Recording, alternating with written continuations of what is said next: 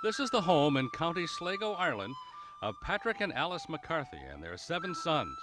In 1848, they were driven from their home and country by religious strife, and they sailed to the United States, landing at Deer Island outside Boston, where they were put in quarantine.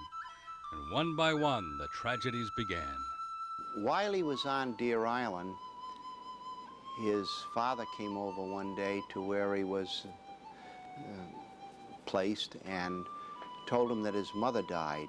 And then within a short period of time, after a matter of days, he was told that his father died. So he was essentially an orphan.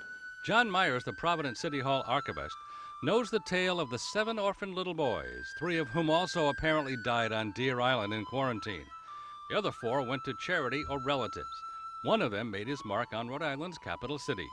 His name was Patrick, after his father, and he managed with a positive attitude to go to Harvard, get a law degree, and then become a success. On November 6, 1906, he was elected mayor of Providence. Well, he was a man of great principle, and he was described very often as a very warm-hearted, clear-thinking person, and he did take great pride in a person becoming successful, and he wanted to be a success himself. He was driven by that. Mayor McCarthy left his mark on several areas of the city of Providence that can be seen today. For example, the Cranston Street Armory was put up during his tenure. McCarthy also pushed for an 8-hour workday, pensions for teachers, and fire and police personnel. And he remembered the charities that took care of him, so he took to the stage, performing Shakespeare at the Opera House Theater to raise money for those charities, including St. Joseph's Hospital. And one of the reasons why he did perform was to see if he could raise some money for Providence. It was very interesting that the mayor himself was one of the participants in the Shakespearean drama.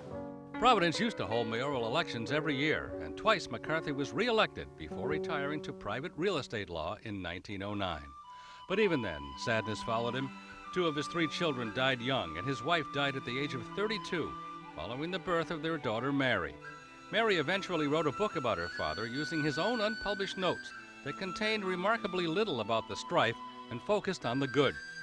Mary also managed to put much of her family's life on the McCarthy tombstone when her father died in 1921, so that whoever wanted to know would know that her father and her family were not to be forgotten.